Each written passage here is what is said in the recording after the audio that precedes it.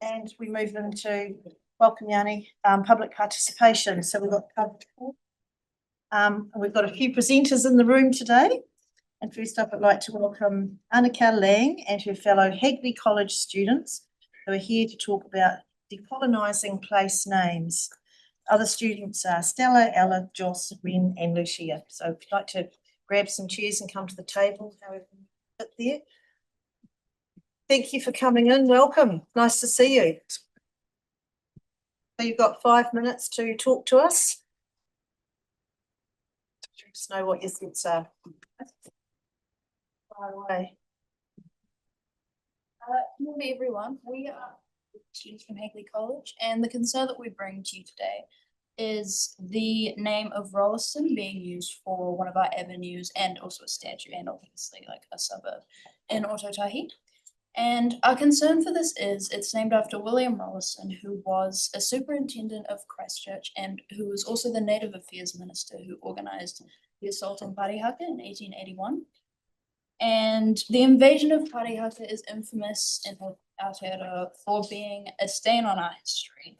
It was a symbol of colonial greed in the face of Māori pacifism. And Rolleston also wrote a report that influenced the Native Schools Act of 1867, which aimed to assimilate Māori children into the Pākehā society and erase te reo as a spoken language. It is important to remember our history to avoid making the same mistakes as our ancestors, but by keeping Rolleston's name and literally placing him on a pedestal outside the canopy, also celebrating his violent acts and his participation in the invasion of Parihaka. This immortalizes colonialism as it preserves a colonial narrative and structures which continue to influence our model. Which is why it's important to remember history without a bias. The actions we suggest in response to this issue would be to abolish the Rolleston name to what the name should be. On a larger scale, we would suggest addressing the issue of colonial place names by holding a citizens' assembly. Pākehā individuals will be given time and resources to come to conclude place names being named after violent colonisers as a whole and decide how to proceed. Rolleston is a particularly horrific example of a wide issue throughout our country, glossing over, dredging our past, however confronting that task may be. Until looking into this further, we ourselves know the connection between Rolleston and the invasion of Parihaka.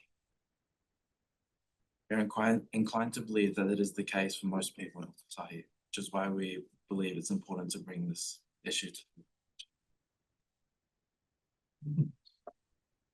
We'd love to hear any thoughts.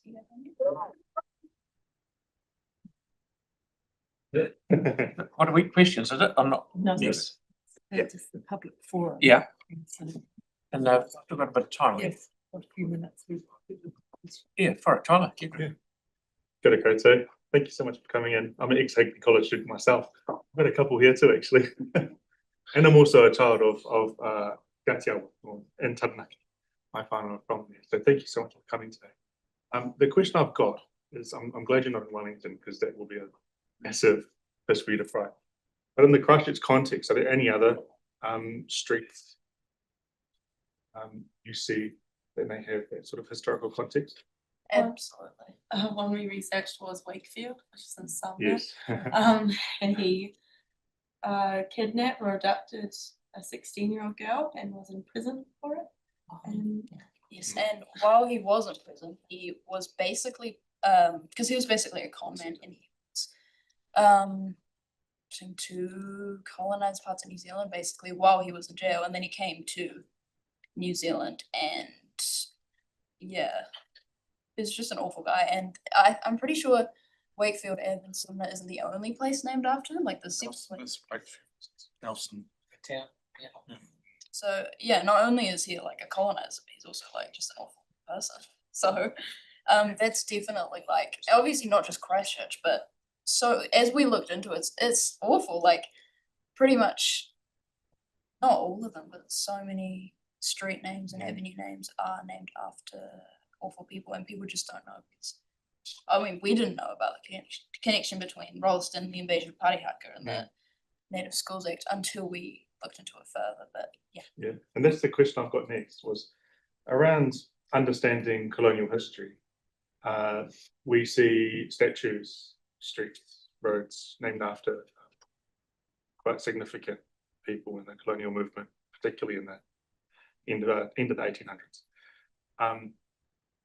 In order for us to be able to understand history, you found out the street names and then you acted upon it. How else would you educate or understand? How else would you be educated if those street names weren't? It's really hard. It's really hard thing. Like, So, for example, I learned about my history through street names and statues. I Googled who that was, and then I found podcasts and I figured out what kind of person they were. If those street names weren't there, and this is where I'm playing devil's advocate, how would we understand what happened in the past? Are there any other avenues that you could think of? I think there are definitely other ways of better ways of doing it. History classes in school, maybe. I mean, I get what you're saying though, definitely, but yeah, I think our big thing is it's just we would hate for it to be like seem like we're celebrating that, like that just feels so wrong to have given these people this honor of having street names that we pronounce all the time. That's a great answer.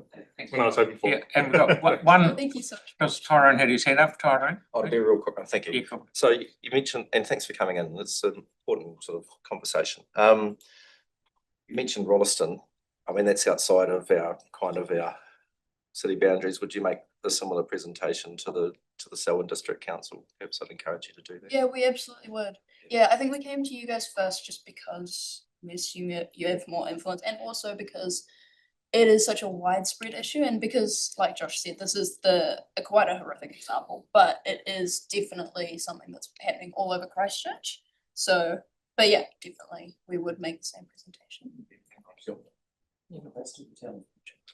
Yeah, absolutely. Tell the past, tell the future. Thank you very much, guys, for coming and making the effort. Thank you. Thank you. Nice to see you. Yeah. Take you on this.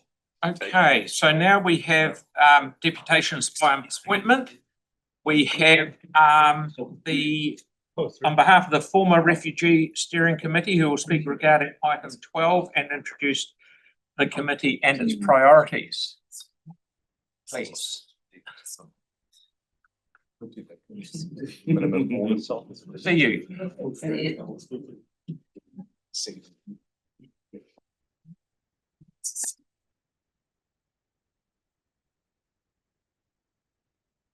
It's all yours, mate. Go if you like. Kia ora koutou, salam alaikum, good morning everyone. Thank you so much for the opportunity for us to speak today. So ko Humaira Hakimi toko anyone no Afghanistan Ahoa. I am the chairperson of the Church Refugee Steering Committee here in Christchurch. Our steering committee is newly established, community lead group made of 10 representatives. I do have some of them over here as well with me. So we are all nominated by all for Christchurch, former refugee Christchurch across these 10 representatives, and which includes Somali, Eritrean, Ethiopian, Afghani, and Aryan, Nepalese, and Bhutanese communities. Our purpose is to make sure that the people with lived experience of displacement and resettlement, they are actively involved in shaping decisions, advisory, and services and policies that affect their lives here in Christchurch. So a bit of background on how the committee existed. So this committee was created as a direct outcome of MBI funded projects to strengthen meaningful refugee facilitation. For a long time, our communities have spoken about the needed trust, collective voice to build stronger connections, both within our communities, with council, service providers, and government agencies. While there are already many services and organizations doing the good work, there was still there was still a clear gap in having our community members truly co-design and advise on how services can be more representative and effective. The steering committee helps build this gap, but it brings together diverse groups with different skills and representatives, both united by the same goal, to foster trust, shared knowledge, and make sure that our community can participate in local decision-making in a meaningful way, not just as a recipient of a service, but as an active contributor and partners. I'll hand over to the Deputy Chair.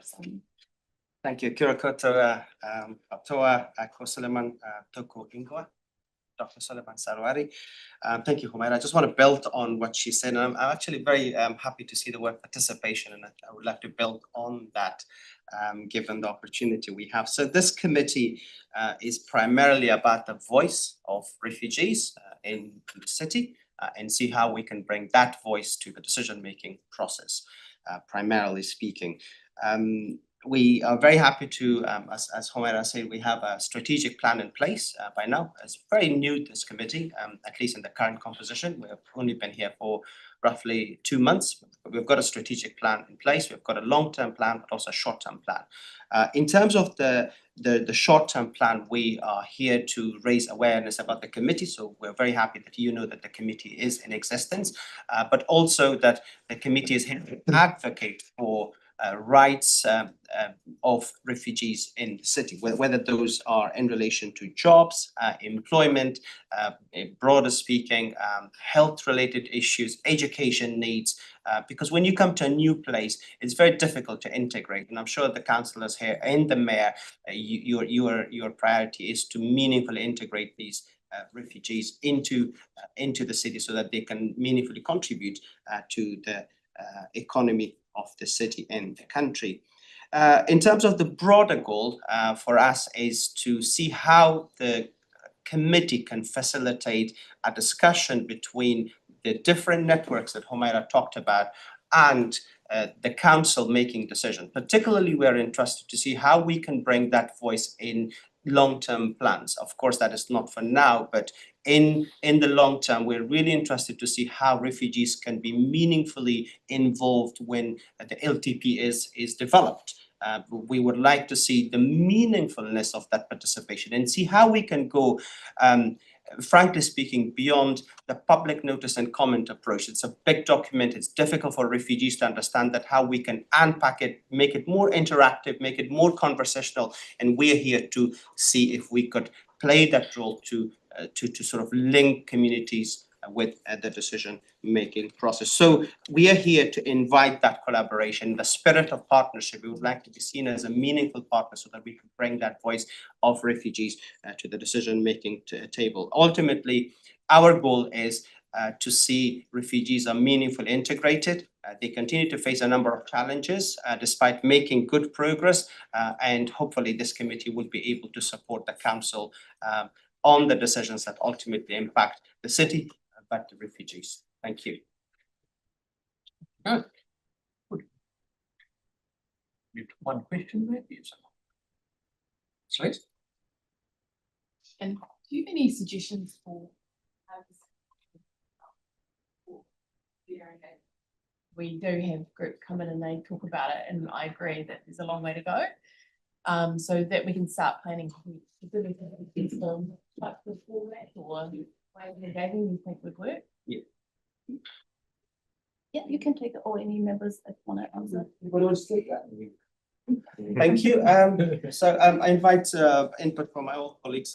But in terms of the meaningfulness of engagement, I think it's important to understand the context here, as you would do, that a lot of us in the community may not be, so we may have English language problems, we may have some communication challenges and then cultural challenges on top of that. We believe that we could tailor some engagement mechanisms for refugees. So for example, if you're making a decision on an annual plan, it is important to break that down and see if we could have a working group Can we have, for example, a face-to-face interaction instead of just having a link and say, hey, you can make a submission here? Because often that is the disincentive for refugees. They don't know how to do that. They need to be socialized on that. And maybe we can, on the behalf of the communities, we can make a collective submission. I'm also of the view that we can have a conversational type dialogue where, you know, representatives from the communities can come and talk to you more often. So beyond this opportunity that we have here, I think that would be highly appreciated. But again, yeah, our team members are here. Please feel free to add. Right. We've run out of time, but thank you so much for the effort you've gone to come and talk to us. Very much appreciated. Thank you. Thank you. Appreciate for hearing us. See you. Okay, so we will now move on to our deputations for item 5, more pedestrian improvements. And the chair of Spraden Cashmere Heathcote Com Board will kick things off on Zoom. Callum. Fantastic. Can you hear me? Yep. Excellent. Okay, so I'm going to keep this brief. I just sort of want to talk through the rationale behind our submission. A lot of it is said already in writing, and I don't want to repeat that. Yeah, so essentially our board is supporting the pedestrian improvements as proposed by staff. I think that the context for these changes is obviously the Te Kaha Stadium coming online, which will mean that large groups of pedestrians are crossing those two areas. But I think it's also worth noting that there is a lot of other activity already in those areas, which lends itself to pedestrian activity. And we believe that changes that are made to improve pedestrian access are likely to have huge benefits, even beyond the sort of event schedules. So, for example, you've got the Ara campus, which sits on the north side of Morehouse Ave, which is a very much a pedestrian walkable campus. It's separated from the shops across the road, the supermarket, and the eating areas by Madras Street. There's also the Cathedral College and Future Catholic Cathedral, which will be there's a lot of foot traffic obviously around schools and bicycle traffic and churches. There's the Washington Way skate park, which is a massive it's a mecca really for one of our most favorite forms of actual transport, skateboarding. So I guess what I'm trying to do there is just paint a bit of a picture that actually Morehouse Ave as it currently is really stands as a massive moat blocking active travel, walking and cycling and skateboarding between a bunch of areas on either side of it. And the same can be said for Madras and Barbados.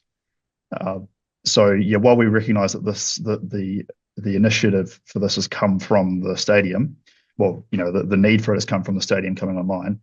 Yeah, we think that it's got potential to have huge benefits for the community, and it's likely that it will be a significant demand inducer as well. So we could see that when we add extra facility for pedestrian access across those roads, that the demand is really strong.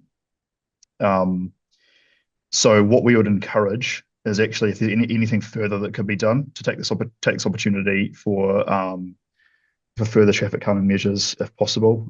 We've left it pretty open in our submission as to what that could look like.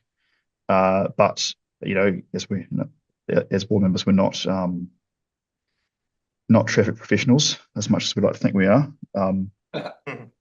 But yeah, that's essentially the substance of our submission, right? Is that we'd like to see this and more. Yeah, thanks. Okay. Thank you, Callum. That's great. Thank you for your time. No questions. There's a minute up his sleeve. No, we're all good. Thanks, bud. Cheers. Thanks. Thank you. Now we have David Palmer on behalf of Greater Otatahi is here. Thank you, mate. Good to see you. Kia ora, everyone. Be back. Cool. In the interest of time, I'm not going to go over a whole submission today. It's obviously a very long one. But just as basically our organisation is really supportive of these changes, generally speaking. Several of our members use this intersection pretty much daily as car drivers, as cyclists, and as pedestrians. And they all express like quite a lot of excitement that it's come before you guys to improve. So today I'm going to mostly focus my comments on the slip lane at the northwest corner of Madras and Morehouse intersection. We've noticed that there's this alternative option that's been put forward to retain the slip lane. We've had a close look at that proposal, the design that's been put forward, and our recommendation is still very strongly to remove that slip lane. There are several problems with slip lanes generally, but there are actually specific issues with the design of this slip lane that we think really urgently need to be addressed. The major problem is visibility. So we didn't even have to do a site visit. If you just look on Google Street View, you can see the issue of visibility on the left-hand side there. As cars are approaching the slip lane, there's actually a person waiting there. And you just can't see them because there's a traffic sign, there's a power pole, there's a bunch of vegetation in the way. And so that creates a huge safety risk from the perspective of pedestrians. Like all slip lanes, and I actually observed this on my way to work this morning going past the slip lane on Papanui Road. People, as they're pulling up to the slip lane, they're actually looking right to look for a gap in the traffic. They're not looking left where there are pedestrians standing. So that creates a huge safety risk for pedestrians. They're just not really visible in this design. And when you've finally also got high speeds turning through this intersection, because that's obviously like sort of quite a rounded corner, people are going through there reasonably quickly. You've got that kind of deadly combination of high speeds, low visibility, pedestrians in the same spot. It's just not a good outcome. We also like that the original proposal actually creates a lot of space for pedestrians. There isn't actually much space on this footpath. It's a really narrow footpath. It's only about 1.5 meters wide at its narrowest point. And the vegetation sort of grows out over that. You can see this in the images that we've got people waiting here. One person's got a walking stick, one person's on a bicycle, there's a lime scooter parked across the footpath there. And that's actually quite a narrow space. There's not really space for people to both wait and walk around. And similarly, the island itself, you can see in that street view image, there's 4 people waiting there, 2 of them on a bicycle. There's just not a lot of space actually out on the pedestrian island. You could keep the slip lane and address that issue, but at that point you're looking at doing curb and channel to narrow the slip lane and create space for pedestrians. As soon as you're doing curb and channel, cost is enormous. You may as well just remove the slip lane because you're doing that already anyway. And finally, we've had a look at similar slip lanes across the city and had an observation of driver behaviour. One of the negative effects of these slip lanes is people tend to nudge out and to try and kind of make a gap, particularly when the road they're moving onto is congested, which can happen on Madras. And this means that they end up blocking cycle lanes. People end up parked over the zebra crossing. And there's also an issue that we've observed where, because of this, people basically back up into the intersection. By the time they kind of make the decision to commit and cross the intersection, by the time they're over there, someone's already turned in front of them and the space has sort of disappeared. And so people end up backing up into the intersection. So our conclusion was basically that in most of these cases, the slip lane is actually making traffic flow much worse.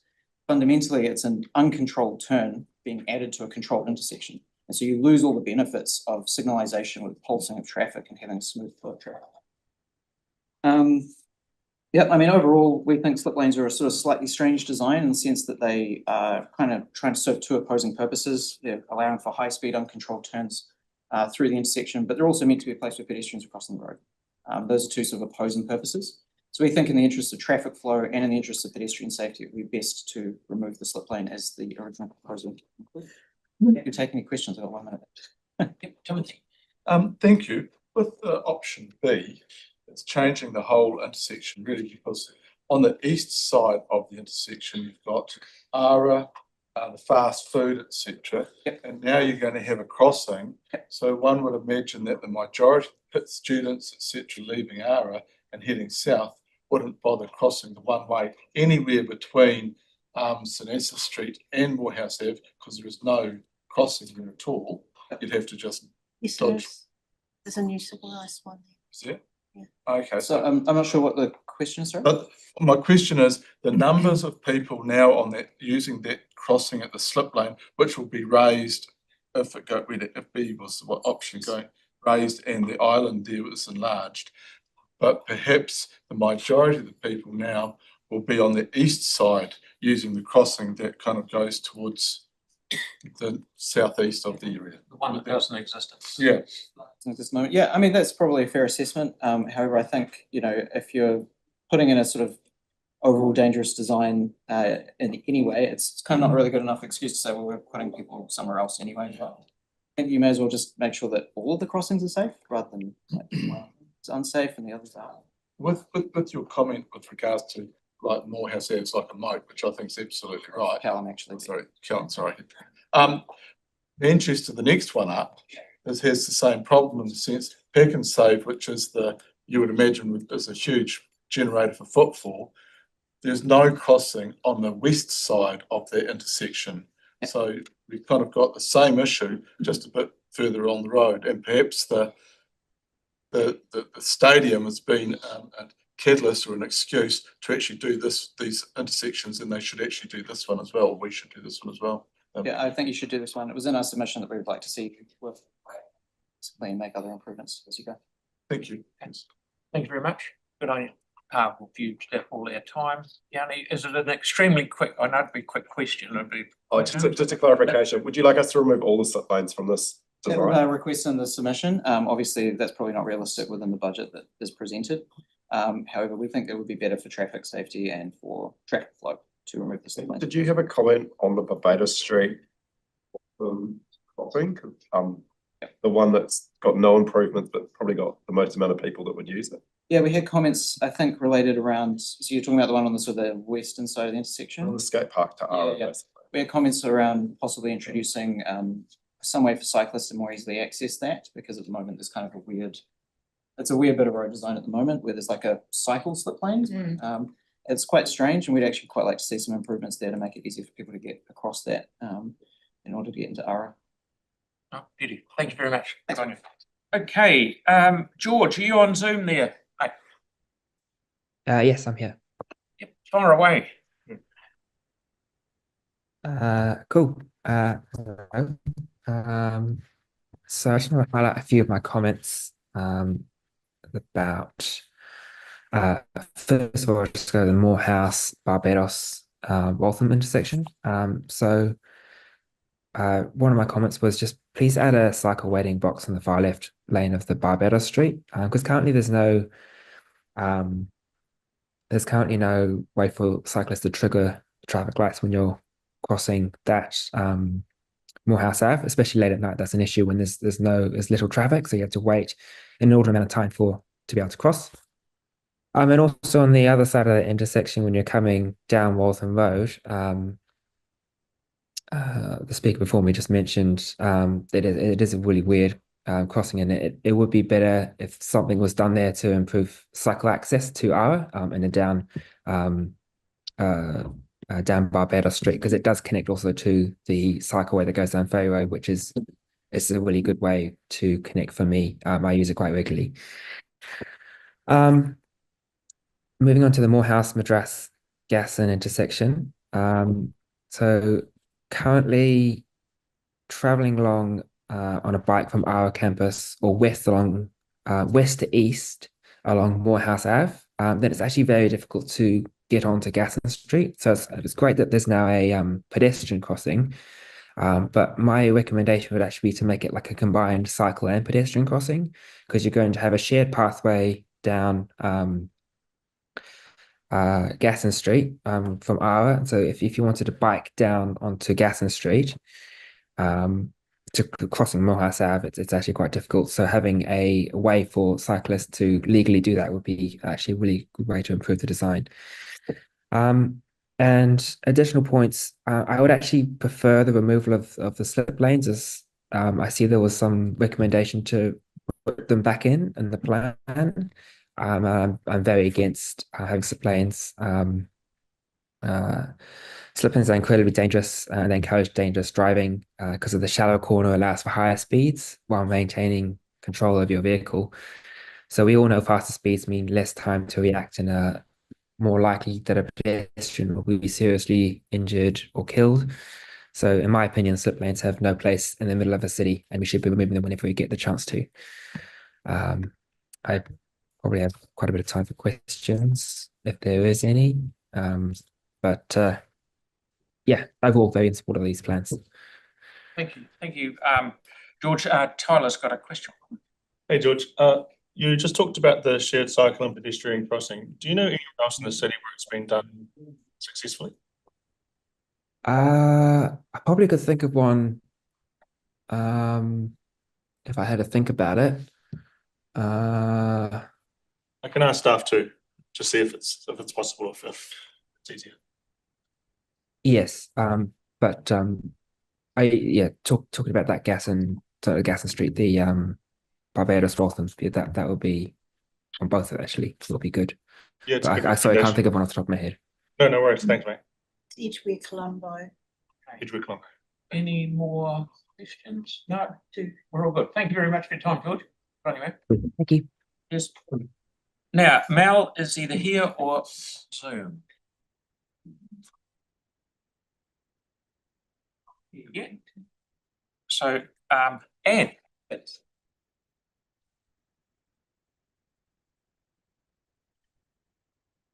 Morning.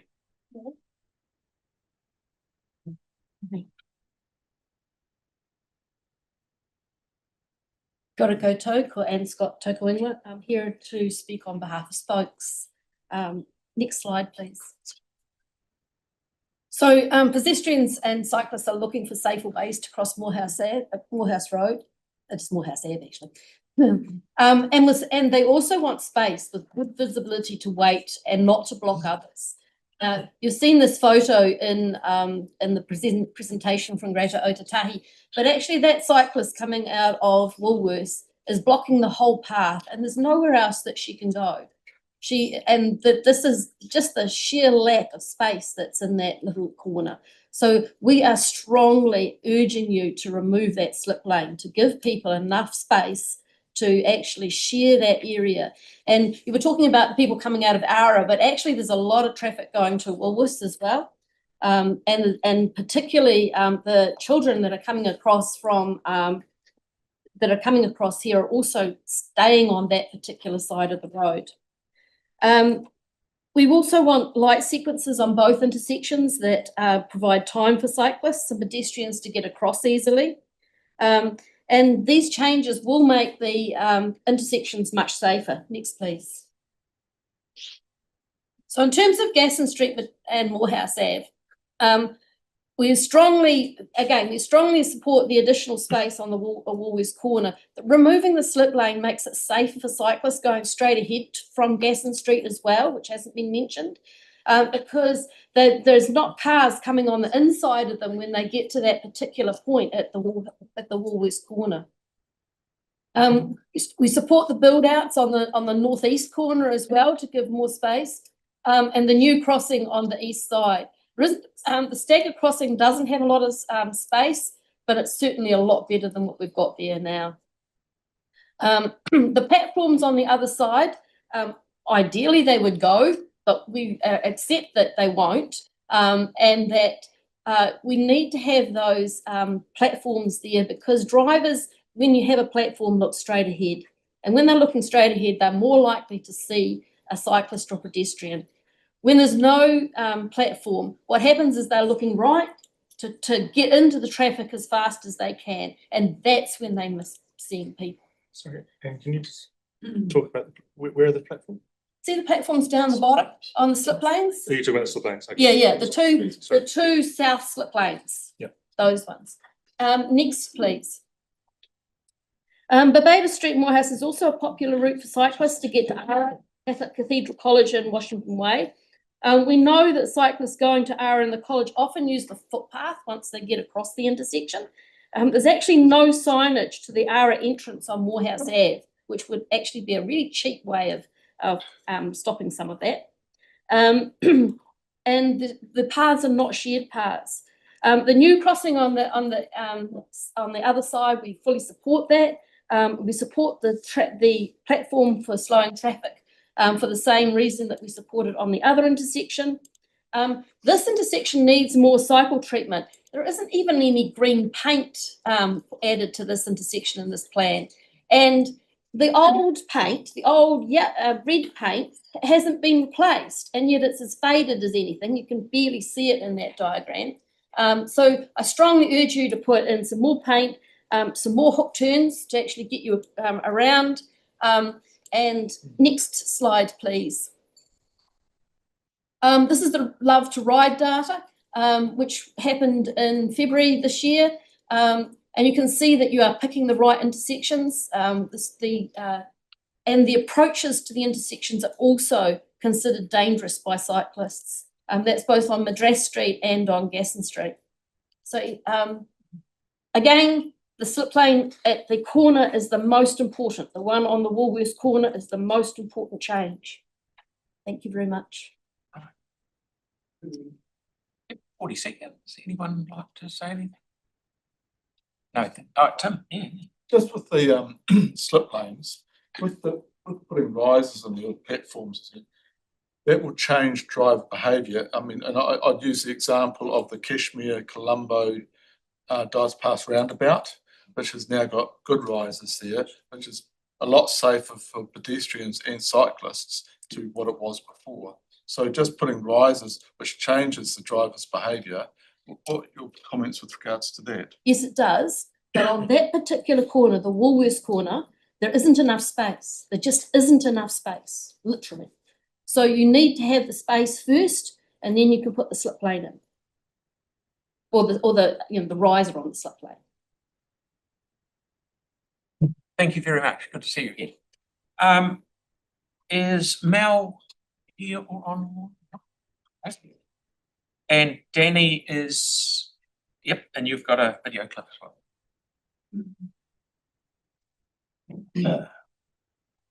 Morena koutou katoa, ko Danny Rutoko Wingawa. Thanks for giving me the time to speak today. So generally speaking, I'm in support of option A changes proposed here. I do think it's a missed opportunity at the Morehouse Barbados end, but I'll get into that a bit later. But particularly an agreement for creating extra place to cross opposed to having to cross the road 3 times, which also the benefits of that, it's more about common sense than anything. So agree with the idea of removing the slip lane as well, because people more space, especially those trying to better their lives by attending Art Institute. At the Madras option, while more green paint is nice for people on bikes, it doesn't offer any real protection. I do have a clip to play to show what biking through here is like from when I was living in Sydney for 3 years, and this was my cycle in. So this is heading north into the city, GoPro fixed on the front, so going past Countdown / Woolworths.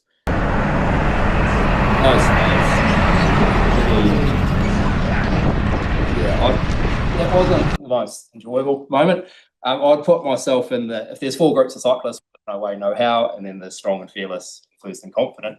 I'm somewhere between enthused and confident, and sometimes strong and fearless, except the only time I wouldn't call myself fearless would be going down Gasson and Madras Street. The entire section from back down Huxley Street north is a nightmare. Paint that's about 3 feet wide, maybe. You've got cars coming out constantly of driveways and intersections that push you into traffic. So then you're an unprotected cyclist in traffic, and it's incredibly narrow and frightening. And as you can see, that was a little bit close with a truck there. So I am curious to know why there's no protection included at an intersection. And back to the Morehouse Barbados end, I feel that's a bit of a missed opportunity. Totally in favour of the extra crossing. So again, to have a Barnes dance, I think they call it the 1, 2, 3, 4. But going down there from the city south, there's a lot of stuff. Like you could fly a plane down that road. You might hit the parked cars, but there's a lot of space there. I think there's a real opportunity to create more choices for people in terms of walking or bus routes or drivers or people on bikes. So there's a lot of choices that are possible there, and it's a little disappointing to see that wasn't included. So, but overall, generally supportive of what's been proposed. So if you've got any questions, Thank you much. Yanni. Thank you. The width of the cycle lanes that we're proposing, or the green paint, it looks like it's really narrow. Is basically, do you know what size it is, or? I think I put in a submission to Snaps and Solve once. I think it's using my feet, which are feet, funnily enough, 1 foot, I think it's about 80 centimeters, 75 even, and I think NZTA guidelines are 1.4 to 1.6, like somewhere in that bracket. Kind of what I was thinking when I was looking at it, like it just doesn't seem like it would make a safe standard for cycling. No, because you've got the gutter there as well. Half of it's gutter. Yeah. And I might be confident, but I don't back my skills to be riding in a gutter that's stacked with leaves and water and other detritus. So, yeah, definitely a chance for a single player. Thank you. Thank you very much. Thanks, mate. Right. That's the end of those. Brilliant. Mel, Simon Mel,